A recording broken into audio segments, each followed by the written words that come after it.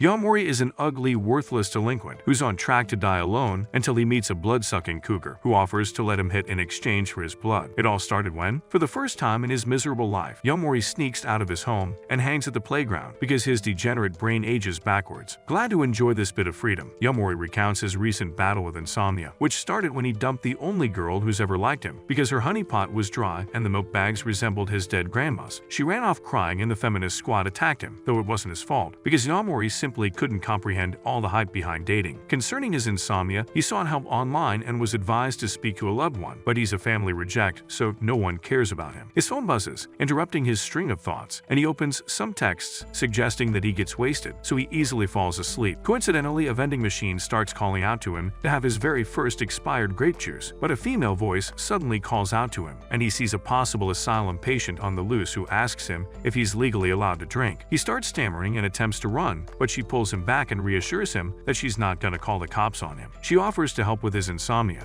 saying that people don't sleep well at night because their daytime is unfulfilling. They walk by an association of wasted husbands who are certainly not breadwinners and casually high-five them. Yamori's surprised to see how free she is with absolute strangers, and she says nighttime gives one the freedom to do stuff that will naturally land them in an asylum. Hearing this, Yamori heads to the homeless men to hail them as she did, but one of them retches his guts right there because Yamori is disgusting. The lady asks him if he feels good afterwards and invites him to her place. When they get there, she starts undressing and tells him to lie on her futon. But Yamori is scared because he can't hold it in for more than 30 seconds after seeing that body. She drags him as he tries to escape, assuring him that they'll only be sharing a bed and that the tip is enough to teleport her soul. He complies but finds it difficult to fall asleep, so he just fakes it. She confirms that he's fast asleep by calling him multiple times, and when she's convinced, she reveals a pair of vampire fangs and takes a blood meal from his neck. Surprisingly, his juice tastes so good for a delinquent, and while she relishes this, Yamori gets up to her greatest shock. He sees some blood on his hands, and she blames it on some dumb mosquito. But Yamori has a functional brain even as a dropout, so when he sees the blood on her lips, he just straight up asks her if she's a vamp. The lady confirms that she is, and he thinks he's Dracula, but she says not so fast, because she only drinks blood to satisfy her hunger, not to create offspring like other vampires do. Yamori becomes impatient and asks her why he can't become a vampire even after she bit him, and she says that the only way for this to happen is for him to fall in love with the vampire. They go out on a walk and she begins to drown herself in expired grape juice, further explaining that when he falls in love with a vampire, he can ask her to suck his blood and he'll turn into one. Basically, this is how the vamps in her realm get kids without having to aggressively cuddle themselves. She sees Yamori's discomfort at the topic and asks why he's a virgin at his age, and he solemnly explains that the whole love thing befuddles him, because he's not even attracted to girls in the first place, because they remind him of ugly dolls. She hails his choice, thinking he likes it in the rear end of his gut, but he confirms that he's straight. He also recounts that it doesn't help at all that he's invisible to his family, and basically left to cater for himself. To cheer him up, the lady levitates and welcomes him to have fun and feels satisfied about his day. And with a decisive stance, Yamori asks her to transform him into a vamp, saying that he's willing to fall in love to make that happen, because he hates his miserable life as a human. She gives him the go-ahead, but he shouldn't expect babies from her, because she likes to keep the glory canal tight. Afterwards, she introduces herself as Nazuna, and he does the same. They head to a rooftop, and Nazuna kicks him off the roof, but just when Yamori thinks he's about to go to hell, Nazuna suspends him mid-air and gives him a free flight, rescuing him from the horrors of economy class. The next evening, Yamori sneaks out again and hangs out with Nazuna, learning more about the whole vampire blood-sucking routine. Apparently, it's like having lunch and lubricating your eggplant at the same time. She asks him why he's hounding her anyway, and he reminds her that the goal is to fall in love with her and become a vampire. In exchange, he exposes his neck for her to get some, but that's just too much torture for her, and she notes that timing is relevant too. Later, Yamori can't seem to find her anywhere, and is about to head back when she shows up from the sky, saying she was out looking for someone else's blood to suck. Yamori finds this to be really naughty behavior, and is even more shocked to find that she does this frequently and has a body count that is best left undisclosed. He then asks her for her number, but finds that she doesn't have one. Back at her place, she searches through her things for a phone she can use, but disappointingly, she brings out an iPhone Stone Age Pro. She even flexes with the fact that her phone is bigger than his, which is why smartphones stink. But on the downside, she realizes that this isn't something she can carry around for easy communication either. She goes to bed and beckons for Yamori to join her, which he does with a slight blush on his face. In his thoughts, Yamori wonders why he feels flustered and why he doesn't want Nazuna to give other guys free access. Interrupting him, She asks if she can hop on his neck already, and he denies her the chance because she belongs to the streets. She pauses for a moment and clarifies that she actually wasn't out looking for another dude's blood, but she was looking for him and was too shy to say it. Convinced with her, Yamori exposes his neck for her to take a meal, and she does, then falls asleep after. The next day, Yamori repeats the same cycle of searching for Nazuna again, and just when he gives up on trying again, she shows her ugly face, returning from her usual runs. Fortunately, Yamori got some watch transducers to deal with the problem and help them communicate.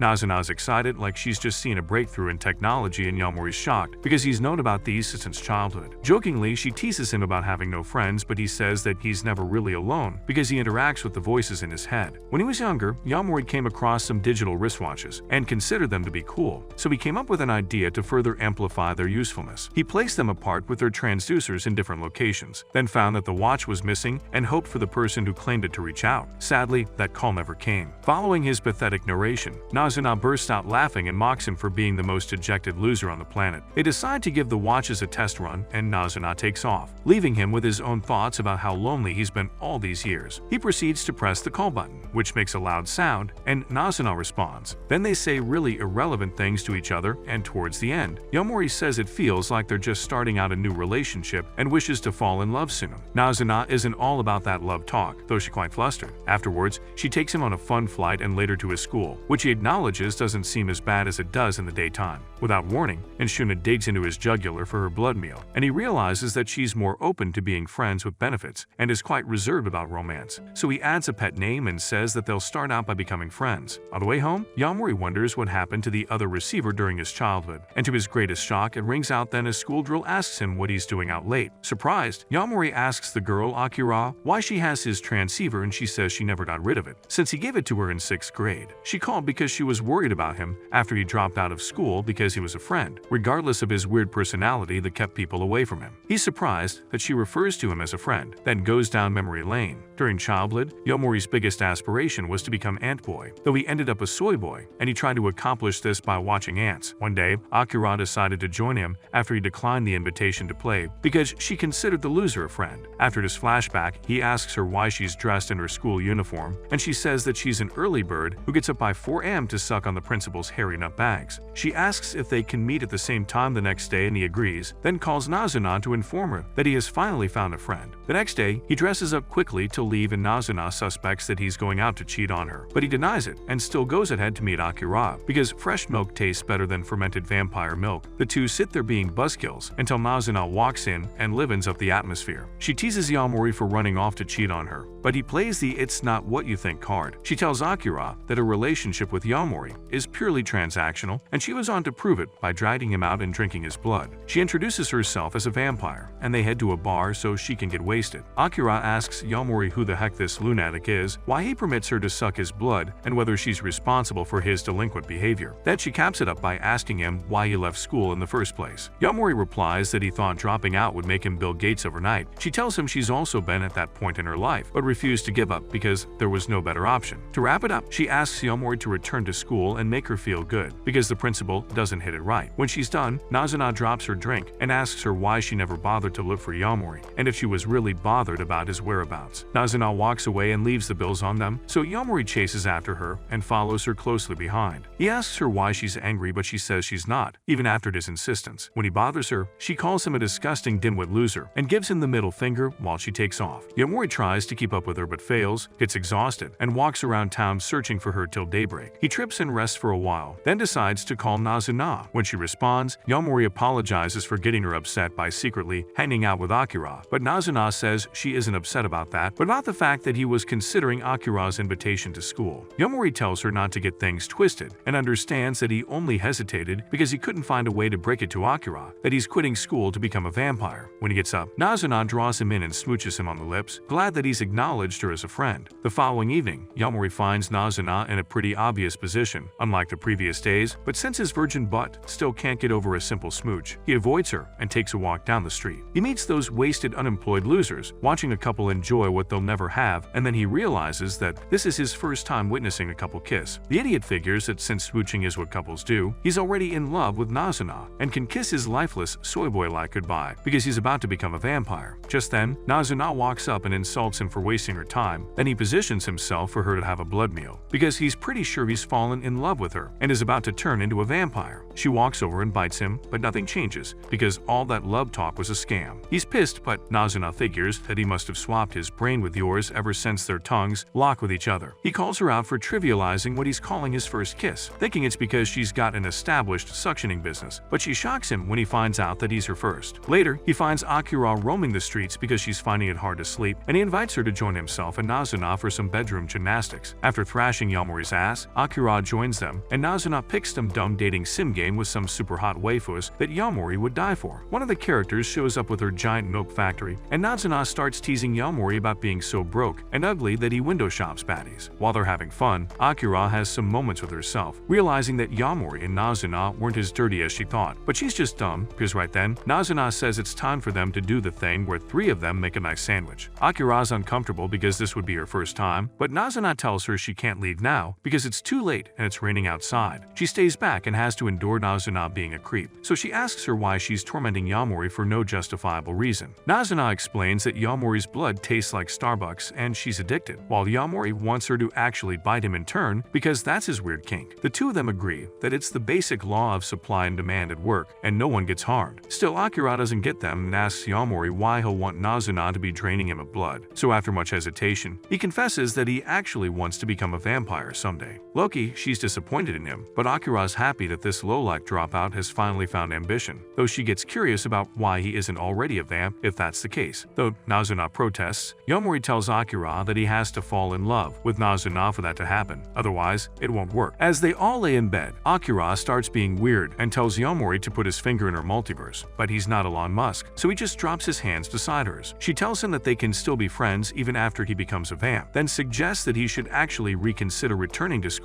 so he doesn't become as useless as you are. Afterward, Akira plans to leave when it stops raining, but 10 hours later, she wakes up to find that she overslept. Before she leaves, Nazuna tells her that she slept pretty well because she was satisfied with the previous day. Later, Nazuna spends her day playing games and gets trashed like crazy. Then she waits for the vibrating eggplant she ordered, but the delivery company's tired of her traumatizing their workers, so they postpone the delivery. Later, she heads out for a walk and comes across a stray cat, so she plays with it, but soon regrets it because she stinks like you. To get rid of the smell, she walks into a bathhouse and hands her watch to the receptionist, asking him to let her know if there's a call. While showering, she cusses out because vampires don't have reflections, and she's concerned about her looks because she's about to meet Yamori. The moment she hears the call, however, she rushes out in a towel and heads out to meet Yamori. However, because she looks like she just got plastic surgery, he thinks she's a new baddie and starts hitting on her. She calls him out of it, and he finds that it's Nazuna with a glow. He says he actually came to shower too, so she offers to hop in with him, but the idiot wastes his chance. In the bath, Komori thinks about how his relationship with Nazuna takes him on a roller coaster ride of emotions he never thought he could experience. He comes out and still can't get over Nazuna's beauty, and when he feels his heart racing faster, he asks her to suck his blood because that's his coping mechanism after realizing that he can't bag an actual baddie like her. Nazuna doesn't hesitate to take the blood meal, and even takes more than she usually does, giving him an intense mix of pleasure and pain. He feels drained and motions for them to rest in a hotel where Nazuna tortures him until he releases his goo. She teases him, saying that she kinda knows all the nasty things he might be thinking whenever she takes his blood. He confesses that he's a cultured piece of crap, and he feels bad having such twisted desires about a friend. Nazuna rejects the friend zone and prefers to be friends with benefits, so she tells him not to stop being twisted because it makes his blood even tastier. When they leave the place, Yamori wonders just how crazy Nazuna's blood count is because she seems to have sucked everyone on the streets. She perceives his jealousy and mocks him, but consoles him with the fact that she does both men and women. Apparently, Nazuna has worked as a professional cuddler, which is a more noble term for a hoe. She asks Yamori what service he would like, and he asks for a massage. She hops on him with her short, revealing gown and begins to massage him, causing his head to spin like crazy. She takes his hand and shows him a pressure point there, as well as on other parts of his body, before moving to his neck, just when you're about to get premium burn-up. Some depressed-looking lady shows up at the door, and Nazuna goes into hiding because she's too tired to massage another client. Yamori opens the door and welcomes the customer, then goes to call the unserious masseuse who's so engrossed in a game. She, however, suggests that he should consider doing the massage because this will let him him tap some milk cakes, but he thinks he's a goody two-shoes and calls her out because that would be a breach of her customer's trust, and tells her to send the lady home if that's the case. Nazuna says she can't because she's been broke ever since she sucked his poverty-stricken blood and still had to pay the hotel fees for him to get some. Afterwards, she holds his face to hers and promises to exchange saliva with him until they completely swap genes, only if he agrees to carry out the massage. Yamori agrees and shows up to massage the lady, who's evidently surprised, but she lets him do it anyway and even asks him to go faster. She later asks him how old he is, and when she finds that he's still in middle school, she's shocked that she almost went illegal on him. He tells her that he's just working so he can be a successful dropout and roam the streets at night without inhibitions. The lady's face lights up because she used to do the same things when she was his age, though things are different now. She introduces herself as Shira and Yamori does the same. Then she asks why he quit school. He again says that he just got fed up with the system and claims that he was a model student, though he's anything but the embodiment of intelligence. She also shares her experience, stating how much she hates her 9-to-5 because she's forced to suck up to her bosses even when she'd rather not. At this point, she breaks down in tears and her phone starts ringing again. She picks it up and sees that her boss from The Devil Wears Prada is again calling her. Even though it's midnight, she tearfully picks herself up and Yamori is confused about what to do because she reminds her of himself and he can't leave her helpless. With rage in his eyes, Yamori steps in her way and says she won't be going anywhere and will spend the night at their place. He calls out to Nazuna to help him stop Shira from heading to work, but the crackhead from the pits of hell quickly sends Shira flying out the window. Yamori gets disturbed about this and quickly jumps in to rescue Shira, and as he holds her hands, he's also suspended by Nazuna, who holds him and grants them a safe landing. Yamori then apologizes to Shira for using offended measures to keep her away from work, because she obviously was unhappy about having to report to work, but she explains that he's just a kid and doesn't understand the adult world where no one wants to defy their boss, even if he's the devil, because being homeless isn't a flex. He quickly interrupts her, narrating his desire to become a vampire by falling in love with Nazuna, because vampires get to enjoy the night and don't even have to be rational beings. Shira bursts out laughing at his dumb logic, but secretly acknowledges that he has a point and she's a bit envious of his freedom. He walks to the middle of the road and stands there. Then Shira follows after and accepts that she really misses the feeling of being young, wild, and free. She, however, states that she'll still have to go to work so she can afford to be his sugar mama. On her way out, Yamori promises that he'll turn her into a vamp when he becomes one, so she can retire from being a human. Back at Nazuna's place, Nazuna tells him that he's pretty bold, offering to turn Shira into a vamp with that hideous face of his, but he's living in the delusion that he's a BT star and can swoon any lady. The next day, Nazuna asks him to suggest a fun activity they can do, and he says they should go to a nighttime pool. They head there, and while Yamori's expecting Nazuna to show up in something that'll excite little John, she shows up wearing a maternity gown. As she walks to get drinks, Yamori overhears the compliments from some of the guys who find Nazuna to be cute, and then he acknowledges that she is indeed a baddie, even though she's not showing so much skin. Before he knows it, some dudes start hitting on her, and he sees her giggling with them, so he gets jealous and rushes to take her away. As they walk back home, Yamori becomes sulky, and even when Nazuna apologizes for being so hot, nothing changes. He expresses his disgust at those fools that were complimenting her and checking her out, and says that he hates the nighttime pool because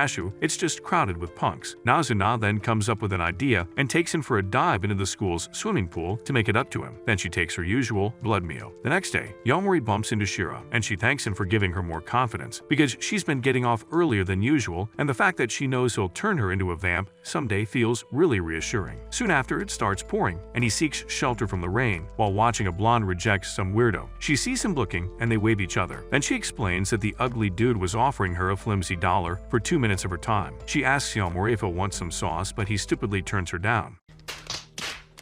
Wondering how many men she asks that question. She walks away with his soda, and he follows her to retrieve it. But then she starts muttering something about how mundane her life is and the fact that no one understands her. Yamori tries to encourage her, so she hugs him for being so kind to her and attempts to suck his blood with her fangs. Luckily, Nazuna appears and bites off her arm, though the weird girl reattaches it and starts talking about Nazuna keeping a human around without turning him into a vamp. She tells Nazuna that if she's not gonna turn him into one, she should at least have him for dinner. Blondie releases her claws and charges viciously at Yamori, but Nazuna backs her off, though Yamori ends up in the hands of a dark-haired vamp who takes off with him. As she flies with him, the vamp says that they're all pretty interested in knowing him because of the rumors going on about Nazuna hanging out with a human. Readily, they descend to the roof of a building, where he meets other vamps who are surprised to see that Nazuna's into Willy Wonka. The boss cuts to the chase and tells Yamori to pick shiver he chooses, so they'll turn him into a vampire, because he's now a threat to their existence, now that he knows that Twilight wasn't just a movie. He says he just wants Nazuna, and they're shocked to to see that he'll turn down the top guns to be with a cheap failure like her. They start arguing about which of them is better for him, and the boss, Nico, starts way ahead of them, trying to get friendly with Yamori. But when he says that she reminds him of Nazuna, she becomes upset again at being compared to a dimwit like her. He learns that even though Nazuna's pretty, she doesn't like popularity like the other vamps, and that's why she's isolated from everyone. Later, the girls go on to talk about boring, brain-rotting topics and drain the life out of Yamori. Meanwhile, Nazuna's fight with the blondie comes to an end, and the blondie explains that she's endangering Yamori by exposing him to threats from other vampires, because she refused to turn him into her offspring. Nazuna, however, surprised her by saying that she's actually interested in having him as an offspring. Back at the vamp lounge, the girls keep observing each other's tactics for winning Yamori over. One of them, Midori, sits beside him and sweetly asks him if she's his type, but he says no, which shatters her self-esteem because, until now, she thought she was Kincaid. The other girls are also surprised because they realize that Yamori isn't a simp like you. He explains that he's confused about love and romance and barely understands the concept of either. The ladies then remind him that he's going to be killed if he doesn't let them turn him into a vampire. But he shocks them when he says that he really wants to become one, which is why he's been trying hard to fall in love with Nazuna. Coincidentally, Nazuna lands there just as he's confessing his intentions, and she refuses to talk for a while because she's blushing hard. When she turns to leave with him, the other girls start hounding her to reveal her plan to make Yamori fall in love with her. And one of the devils even makes a direct move on Yamori, but Nazuna threatens to bury her alive. Nico insists on hearing a plan, otherwise things could become really nasty. So Yamori quickly butts in, saying that Nazuna gets free blood and in return, she'll turn him into vamp. The boss still feels that Nazuna could be deceiving them, but Yamori says that she actually permitted him to fall in love if he wanted to. The girls then figure that Nazuna would just turn him into a vamp without any dramatic event like a marriage.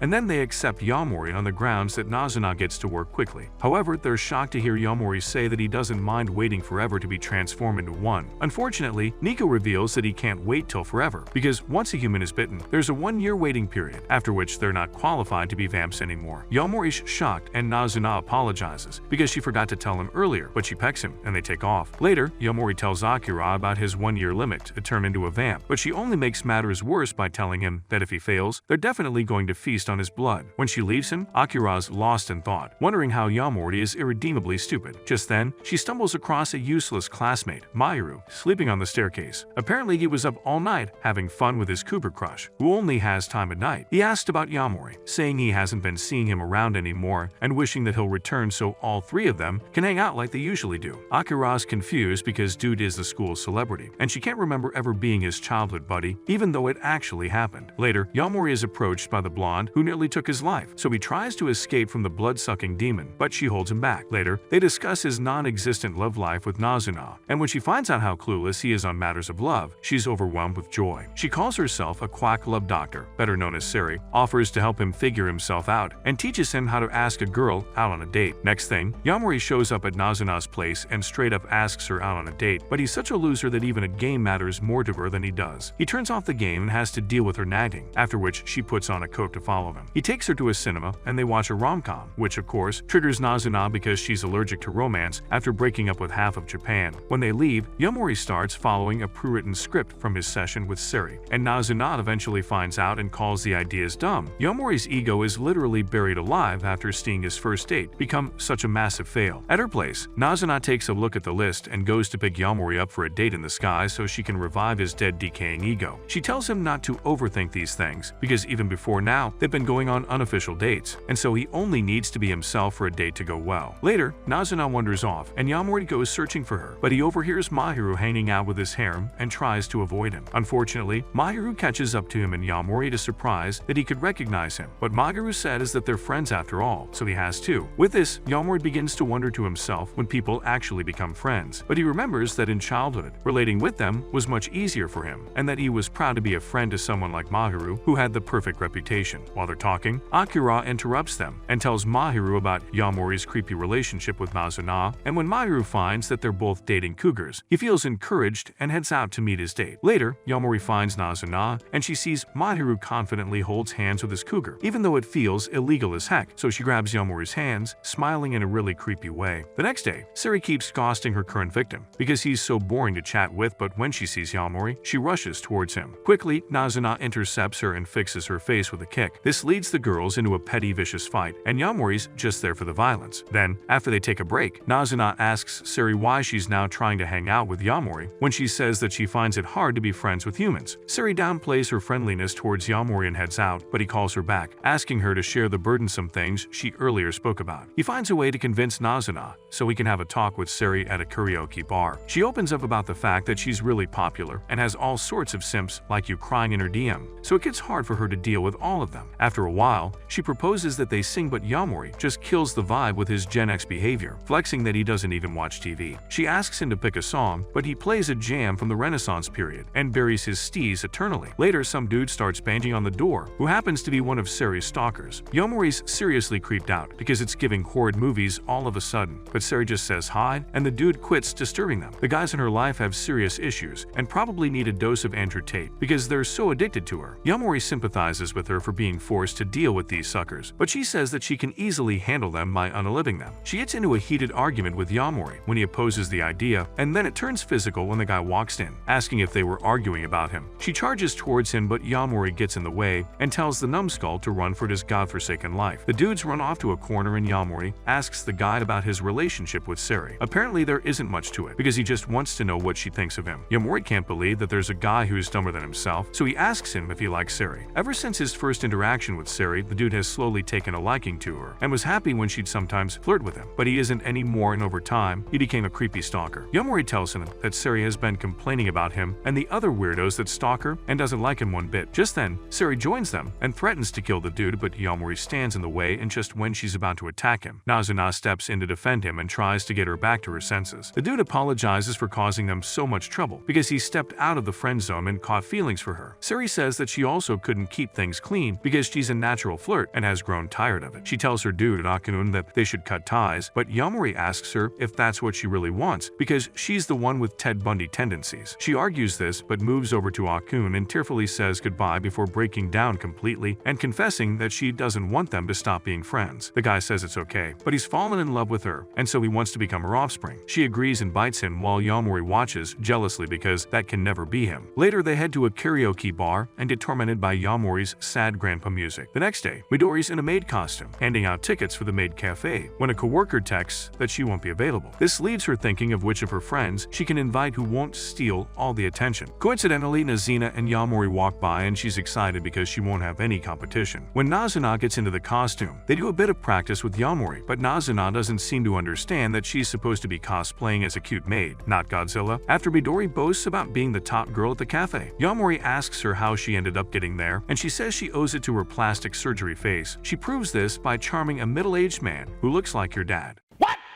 Later, a brunette comes up to Yamori and introduces herself as Iris, another vamp at the cafe. She goes on to hype Midori because she's the perfect doll there, even though Orisa was initially the most popular maid at the cafe. After working a whole day, Nazuna decides to waste herself while Midori checks on the social media page to see if there are any pictures of herself. Unfortunately, she finds none, and only a few inappropriate photos of Orisa, taken by a peeping Tom. Yamori zooms in on the photos, but Midori says he should zoom in on his decaying Ike instead. She becomes suspicious of whoever might have taken the photos and suspects that it might be some weirdo who's dying for Orisa that asks Yamori to help her fish out the culprit. Later, Yamori's oiling his rusty rod on Orisa's thirst traps, and she walks in feeling uncomfortable. He figures that since there are photos of her in the changing room, there could be a peeping Tom at the window. He checks the window and finds a balcony, then she excuses him so she can change into her outfit. Outside, he meets Nazuna, and they unlock a door leading to a balcony. Nazuna gives him a lift to the top, and he suspects that the culprit could be someone who's equally acrobatic like a vamp. Nazuna suggests that it could be Midori, but Yamori isn't convinced because he still doesn't agree with the angle of the photos, so Nazuna gets in for a perspective on the angle. Her pictures remind him of old, grumpy Halloween witches, so he advises her to get a refund from her plastic surgeon or practice with selfies. Instantly, it gives him an idea of how to catch the culprit, and his brain almost explodes because he's using it for the first time. Later, he tells Nazuna to gather everyone after work so he can figure out the culprit. Midori meets him afterwards and he says he's almost sure of the culprit, though there's just a 30% chance of of him being right. He quickly hides himself in a locker with Midori's pillows pressed against him, leading to a massive explosion in his pants. He explains that he noticed that most of the pictures of Orisa were taken when she was alone, and that was why he made it seem as though she was actually alone in order to catch the culprit. Just then, Orisa opens the window and places her phone there. Then Yamori and Midori catch her red-handed, with Nazuna acting as a backup on the balcony. When he is asked how he knew that she was the one, Yamori explains that the photos were too good and seemed photoshopped like all your girlfriend's photos. Orisa apologizes, but Yamori asks her why she had to do all that, and Midori tells him that it's because Orisa's jealous of the fact that she's now become the most hyped maid at the cafe. In order to make it seem like she was still the most popular maid, Orisa resorted to taking her own blackmail photos and posting them. Midori tells her that her self-esteem is in the gutter, which is why she craves people's attention and compliments. For this reason, Midori says that she's going to leave the cafe for Orisa to retain her title. Later, Nazuna decides to be an occasional maid at the cafe because they pay hard cash. Orisa joins Yamori at the cafe and shows him some boring selfies she shared with Midori, then forces him to take one with her. After a while, Nazuna gives her room an upgrade so she can invite more customers, and then she tasks Yamori to find more people that may be in need of a massage. He roams the streets and finds a woman smoking in the corner. He asks her if she's tired and needs anyone to talk to. They talk over coffee, and the lady seems to have mistaken Yamori's actions for him checking her out, but he clears up the misunderstanding and shares that he thought she could benefit from Nazuna's cuddling business. She gets really creepy and says that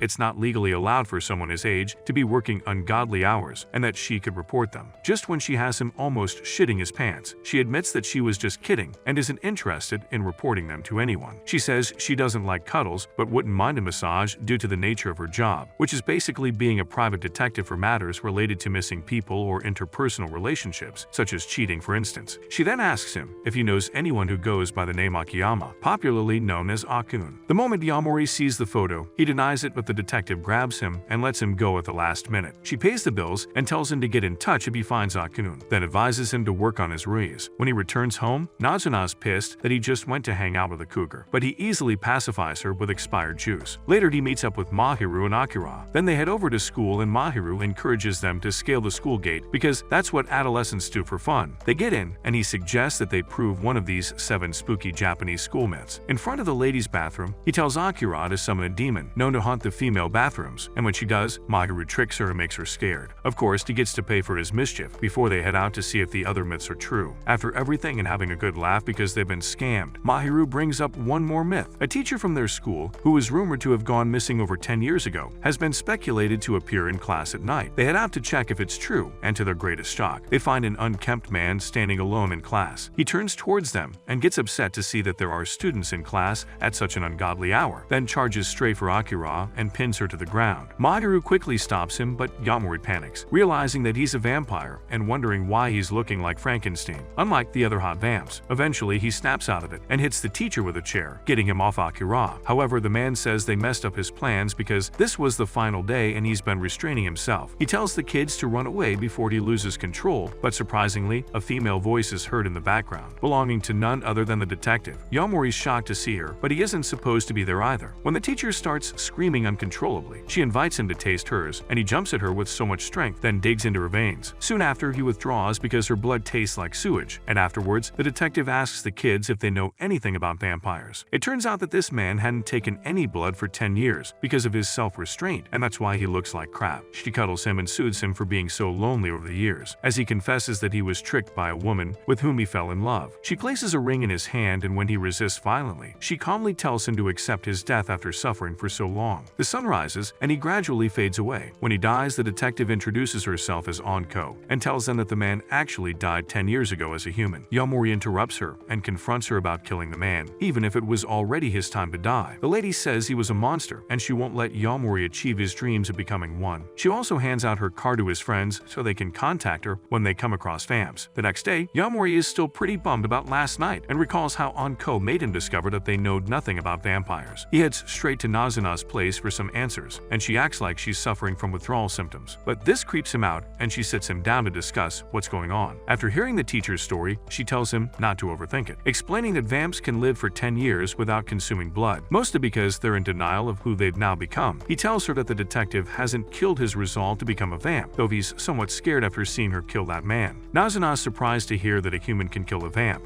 and Yamori says he wouldn't want that to happen to her because of him, then proceeds to give her his blood. Later, Yamori escorts his buddy to see his cougar, and he just can't believe how hot she is, so hot that he wants to drown his face in her milk factory, and then go to hell afterwards. On the way back, Maiguru confronts Yamori about his decision to become a vampire, even after seeing what one almost did to Akira. He asks him why he wants to do that to himself, even though he can unlock pretty much any level of fun as a human. He realizes that he truly doesn't have a reason for becoming one, and afterwards, he locks himself in Nazuna's arms for a while. Later, they go back to his place and he struggles with the urge to put her in chains and discipline her with his tiny whip. She gets to business and talks about the fact that he's changing his mind about becoming a vampire. But this takes him by surprise because he didn't even discuss it with her. He responds, saying that he doesn't want to hurt his friends, and the reason he initially wanted to turn into a vampire was because he loved nighttime. Nazuna helps him understand his actions and points out the fact that he was escaping an ordinary routine and needed something out of the ordinary. Unfortunately, nothing out of the ordinary lasts forever, because even Nazuna confesses that ever since she became a vamp, she's been living a boring, useless life. She turns to leave and Yamori tries to stop her, but they end up doing missionary work and she takes off after sucking his blood. Later, Yamori meets up with the detective and asks her just how much she knows about him. He's shocked to find that she's aware of every single detail about him, including the first time he woke up to find himself soaked in his natural moisturizer. He asks her why she's against vampires and she says that she's just a hater. Besides, they cause humans pain like they did to that teacher. Like a zombie, she walks towards him and asks him to choose between becoming a vampire and getting terminated by her or living his life as a human. He says that becoming human will only allow him to be murdered by the other vampires, but she tells him that she's going to get rid of all of them too. Quickly, he steps back and says he can't allow that to happen because the vampires he has seen are not evil, as she says, and even have certain feelings similar to humans. This witch Anko then proceeds to call the cops on him, and he's forced to run before he gets caught. He hides on the playground, choosing not to go to Nazuna's to avoid putting her in trouble, knowing that the detective already knows about her. Just then, and to his greatest surprise, he's joined by Hatsuka. Later, while Nazuna's playing video games, she gets an eerie feeling and decides to leave. Meanwhile, Hatsuka takes Yamori to her place, and upon her arrival, she's welcomed by three folks with severe attachment personality disorders. They become pouty when she introduces her guest, but she fixes their attitude with a stern mom stare. While she showers, Yamori wonders what her deal is because she's strange compared to the other vamps. Later, she opens the door to ask for a towel and traumatizes Yamori with a plotless body that makes him realize that Hatsuka is actually a dude. Meanwhile, Nazuna heads to the vampire lounge and asks the ladies not to get rid of Yamori, even if he doesn't turn into a vampire. This gets her into a vicious word exchange with Nico, who reminds her that this wasn't the agreement they settled upon earlier, and she's going back on her word. She threatens to ex Yamori, but Nazuna says that she'll have to get through her first. Nico closes the hall between them and asks Nazuna to explain why Yamori is so precious to her and different from the other humans. Back at Hatsuka's place, Yamori tells him that he no longer intends to become a vampire because he literally watched Anko dissolve one right before him. Hatsuka asks him if he knows anything about how she ended the vamp, but he only knows that she gave him her bad, bitter blood while placing something in his hands that he couldn't see. Hatsuka tells him that vampires don't know much about each other, just as humans don't know much about each other. He starts blackmailing Yamori to let him hit it in the butt because he saved that butt from the cops. Hatsuka hops on him, but Yamori says he doesn't roll that way if the guy keeps insisting. Just then, he receives a message and shows Yamori that Nazuna is in some trouble of the sort. He then proposes that Yamori should become his offspring, and either he nor Nazuna will have to die. Yamori isn't initially cool with the idea, but Hatsuka makes him realize that he obviously doesn't feel anything at all towards Nazuna, so it's best to stop convincing himself with his delusional bees and make a decision that'll save them both. Besides, Hatsuka is a guy and he understands Yamori better than anyone, but Yamori tells him to know that if he doesn't like Nazuna, then he certainly doesn't like him either. This dude flips and says that all he needs to do is practice black voodoo on Yamori, so he'll fall in love with him, like those degenerates that welcomed him earlier. Yamori gets pissed with this crap and says he's definitely mistaken, because he's always going to fall in love with Nazuna, even if he was a girl. With this, he thanks Hatsuka for cheering him up and heads to the lounge, but finds that Nazuna left a while ago. However, Nico warns him that she might be unable to have a proper conversation for a while as a consequence of her actions. With great speed, Yamori runs to find her but gets caught by the cops and fearlessly jumps the bridge to avoid them. Meanwhile, Nazuna's thinking about him and how she basically tricked him into believing that she has so much fun. She stops at the vending machine and Yamori meets up with her, startling her on the spot. He's glad to see that she's fine because Nico chose chose to listen to her dumb love confession instead of using her to practice for USC, and she also advised her to find a means to make Yamori fall in love with her to save his life. Nazuna starts walking away from Yamori, saying it's over, but he stops her and reminds her that she taught him how to have fun. He confesses that he's willing to fall in love with her however it takes, so that neither of them will be bored again because as long as they're together, they will always have fun. Nazuna looks so flushed that he begins to apologize. When he turns to express how worried he had been that she might die, she turns him around and surprises him with a saliva transplant, while assuring him that they're in this together to the very end. If you dig Yamori's taste in women, let us know by commenting. I love Cooper vampires, and if you like anime recaps, watch this video.